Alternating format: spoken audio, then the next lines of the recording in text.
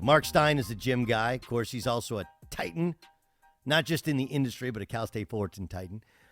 He's an NBA correspondent on Substack, but most importantly, if you want to download a really cool, interesting podcast, if you're in the NBA and you want to know what's really going on, there's a new one called This League Uncut. It's Chris Haynes, who you see on TNT doing sidelines, and Marc Stein, who's been covering the NBA for years, for over 20 years now, as an NBA insider. This League Uncut dishes on the biggest NBA topics and rumblings beyond what Stein and Haynes report on social media with more candor and opinion. Again, it's called This League Uncut. Marc Stein, Chris Haynes, wherever you get your podcast, or just, iHeart Radio app. Marc Stein joins us here in the herd. What do you think of this Boston kind of awakening? Do they legit have a shot in Game 6? I think we have to say they have a shot. And, look, I thought they were getting swept. I didn't think they were going to win Game 4 when you look so Cancun bound in Game 3 to rally just the way they did. They're down 9 in the third quarter of Game 4, and since then they've just been absolutely lights out. So, yes, we have to give them the respect and say they certainly, have a chance. But I also think this Miami team, they've risen to the moment so many times in these playoffs that I do think they're going to finish it. But look, let's face it, Gabe Vincent is a huge miss for them. They didn't have him in Game 5, and we don't know if Miami will have him in Game 6. And frankly, I think a lot hinges on, are they going to have Gabe Vincent? This team is thin. They've already lost Tyler Hero. They've already lost Oladipo. They can't afford to lose another key contributor. So, the Celtics certainly have hope and nothing to lose now. So, they are dangerous. Was Joe Mazzulla's job in jeopardy if they got swept? Here's the thing. I don't think any of us know for sure. The pressure would have been significant, but it's also true that Joe Mazzulla is Brad Stevens' handpicked choice to replace Ime Udoka, and Brad is Mazzulla's biggest backer. And it just would be it would clash in a huge way with both Brad Stevens' track record and, frankly, the way Boston ownership has operated. It would really be a departure for both of those teams to make Mazzulla one and done. But look, I think a sweep or even a heavy loss last night would have heaped so much negativity into the Celtics atmosphere that, I wouldn't sit here and say he is absolutely positively safe. He shouldn't be fired after 1 year because he stepped into an impossible job. You never see someone go from the back of the bench to head coach like that. It just never happens. And really to do so on the eve of the season starting. These are pretty unprecedented circumstances, but you see the climate in today's NBA, and coaches, even winning championships doesn't insulate you anymore. I think we all know LeBron's not retiring, right? Like, that dude is not going out without a victory parade, without a farewell tour. So you and Chris, with your new podcast, you guys know way more than anybody else. What was the reasoning behind him opening the door to it? And I bet it's not just the post-game comments. Anybody sees their mortality. But there's also some of the tweets beforehand. I think Windhorse was like, this could be it for LeBron, if they get swept. Like, somebody told them something, put that out there. What's behind it? Well, look, I have to admit, it's hard for me to stifle the cynical part of it. That is this a move to deflect attention from the fact that the Lakers just got swept? In round 2, they take out the defending champs, and they don't even win a game against Denver. Is this a way to deflect from that? Is this a way to heap more pressure on the front office, to let the front office – look, the Lakers' stated plan is I mean, you heard Rob Pelinka's day after the season press conference. They want to keep the young core together. What that means is they're going to match any offer on Austin Reeves. Austin Reeves will be a Laker. There's no doubt there. But really, what we're talking about is, do you match any offer for Rui Hachimura, who is also a restricted free agent? If you do so, that basically takes the Lakers out of the cap space game, and they're not going to be able to make a run at. And these are players we presume LeBron wants. I don't think that LeBron has clearly indicated, yes, this summer I want you to go after Kyrie or try to trade for, Trae Young or try to sign Fred VanVleet. These are we assume that's what he wants, but I don't know how hard he's actually pushing for that here at the end of May. But look, I do think also this injury was more serious than we realized. And if he has a surgery to deal with this offseason, and that's another variable we still don't know yet, if he has to have surgery and has to go through a lengthy rehab, I'm sure that weighs on him and was weighing on him in those circumstances when this was a long, draining, difficult season. I mean, they were 0-5, they were 2-10, they were still 13th in the West at the All-Star break. So, I think there also was an element of exhaustion and frustration talking. Yeah, I mean, okay, so let's go through it.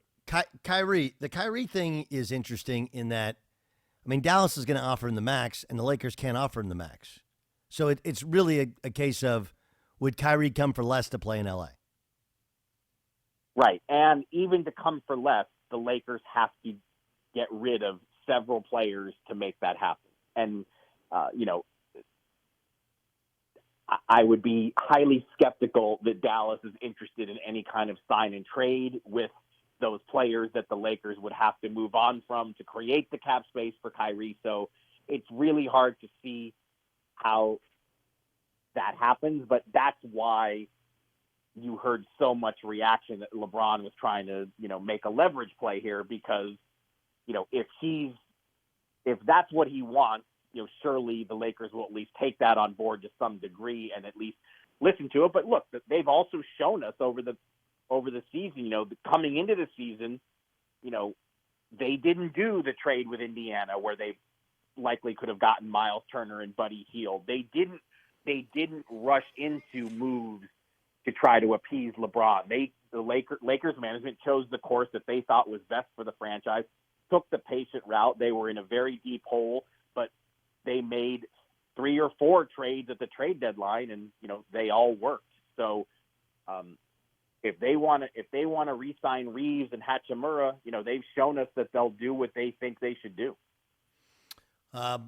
Okay, so what about Trae Young? Incredibly popular in Atlanta, but they've come to the conclusion that many have in the NBA, which is he's just too slight, not good enough defensively, and as magnificently talented as he is offensively, can you win big with him? I know they got to the Eastern Conference Finals a couple years ago. Can you win big? What's the overall feeling of where Trae Young plays next year? I just think constructing a trade that Atlanta would even consider, given the Lakers' limited assets, it's hard for me to even imagine that scenario. People make the connection because, yes, Trae Young is represented by Clutch Sports, the same agency that reps LeBron, and he went to a couple games. But is it that simple? Is that it? So he went to a couple Laker games, and now they're trading for him. I mean, the VanVleet option, because he's headed to free agency, that probably to me is slightly more realistic. But again, there will have to be a change in the Lakers' philosophy here. They basically would have to say, we're only bringing back Reeves. We're willing to move on from everyone else on the roster to try to make one of these other moves happen. And, to this point, again, I think keeping Hachimura is the preference. Okay, what about the Warriors? Bob Myers out? Bob Myers, they're trying to convince him to stay. I really feel like the only 2 options are he's going to stay or he's going to take a break from the NBA. I don't think you're going to see him with another NBA team. Washington, based on everything I was told, did inquire to some level. They did register interest in, letting Bob Myers and his camp know that they would be interested if he was looking to move elsewhere. And obviously Washington moved on and hired Michael Winger away from the Clippers. I don't think this is about trying to get more money with another team. I think Bob Myers is too close to Stephen Curry, Klay Thompson, and Draymond Green. He's and his coach, frankly. I mean, those four pillars of the Warriors and the GM are uniquely close. You don't often see that, and of course, you don't often see 4 championships in 9 seasons. So there's a reason that close. So to me, I just feel like he's either going to be convinced to stay or he's going to take some time to recharge before we see him back in the NBA. And look, he's in a great position. He's such a highly regarded executive that, Bob Myers could take a year off or even take 2 years off, and there will be a line out the door when teams have GM openings to try to hire him. So, yeah. Okay. So what do the Warriors look like next season? Well, Mike Dunleavy would be the natural successor to Bob Myers if he does walk away. But yeah, they have really difficult decisions too, because with this new CBA coming in, and it's going to be phased in over 2 years. So at least this offseason, you don't face all the pressure immediately. You have at least 2 seasons to deal with it. But the way it works, if you have more than 2 stars, it's really going to be hard to build a deep team around 2 guys. I mean, this is what Boston is facing. Jaylen Brown is going to be eligible for $300 million over 5 this summer, and then Jason Tatum the following summer. And if you sign both those guys to maxes, you're giving $600 million to 2 players, and it really restricts your ability to put quality players around them. And the Warriors have to reduce payroll somehow. Klay Thompson's up for a new deal. Draymond Green can opt into a new, he has a player option for nearly $28 million. Wiggins did take what you would consider a team-friendly contract, but his number is significant. I mean, there has to be changes in Golden State because they cannot, in the new system, afford all these guys. So if it is Bob Myers leaving and handing this to Mike Dunleavy, it is incredibly difficult what the Warriors have to do going forward, and that's why you hear so much chatter that are they going to shop Jordan Poole and try to move Jordan Poole, because you can't pay 4 or 5 guys under the new system. No, you cannot. That whole thing is going to be fast. All right, what about these coaching jobs? I look at the Suns, and there's some unproven guys. I don't see them hiring anybody who's not proven when you have Kevin Durant and you have a limited window, right? So then it feels like, okay, Doc Rivers and Frank Vogel. I mean, I get Doc's Chicago guy. There's got to be some ties there to Isaiah Thomas. Right? But are we really going to bring Doc Rivers back in as opposed to Well, the Frank one thing Vogel? I would say about Phoenix, in general, I would agree with you, and I would say the same thing about Milwaukee. If you're a team with championship aspirations, how do you move off of a coach like Monty Williams, who took you to the finals and won a league-high 64 games the next season? If you're in Milwaukee, how do you move away from Mike Budenholzer, who just won you a championship 2 years ago, and then bring in a first-year coach? But it's interesting. In both of those searches, I'm not saying that they're locked to get the job, but in both of those searches, Adrian Griffin, Raptors assistant, he's one of the 3 finalists in Milwaukee. And from everything I hear, Giannis Antetokounmpo is intrigued by the Griffin option. And then in Phoenix, Kevin Young, an assistant from Monty Williams' staff. The word is, I reported this earlier this week, that Devin Booker has thrown strong support behind Kevin Young. So again, I'm not sitting here guaranteeing you that these guys are going to get the job, but in both of those searches, a would-be first-year coach is a factor. Okay, so who gets Philadelphia? Look, they've, I think, Nick Nurse is a strong candidate in 3 of these searches, and Philly's one of them. So, Daryl Morey has hired Nick Nurse before when Nick Nurse ended up in the Rockets organization coaching their G League team. That was, under Daryl's leadership. So I think Nurse is a serious candidate there. They've also talked to Frank Vogel, and then, the Mike D'Antoni option has been mentioned because of the connections with Harden, and he was an assistant there. So, I think we're inching closer to answers. My sense is that Milwaukee and Detroit are the closest to making a decision, and Philly, Toronto, Phoenix a little bit further behind. But I think these teams you want to have your new coach before the draft, so I think it will start to move here.